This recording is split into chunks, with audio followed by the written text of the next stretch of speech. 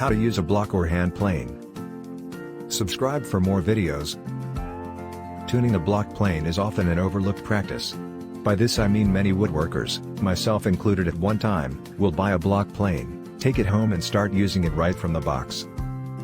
While some brands have come a long way towards selling a product that is actually ready for use, there is still the potential to gain much more from it. To many woodworkers, the process of taking a brand new plane, or even an older one, and spending a couple hours on tuning it seems to be a waste of time. I used to feel that way myself. That is, until I finally got around to giving it a try. At this point I realized just how important it really is to getting the most out of the tool. A properly tuned plane will glide through the wood with remarkable ease. Even planing the end of a board will be successful. The shavings coming out of the plane will be fine enough to see through.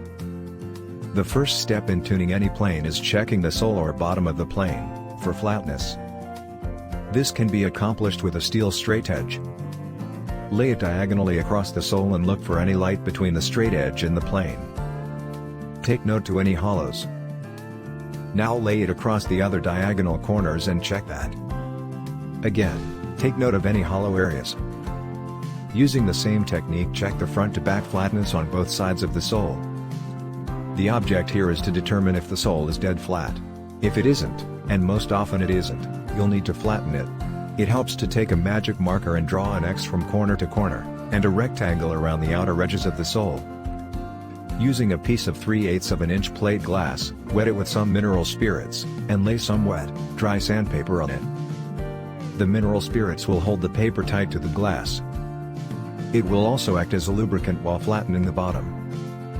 The grit of the paper is determined by how bad the bottom is. I would start with 400 grit paper.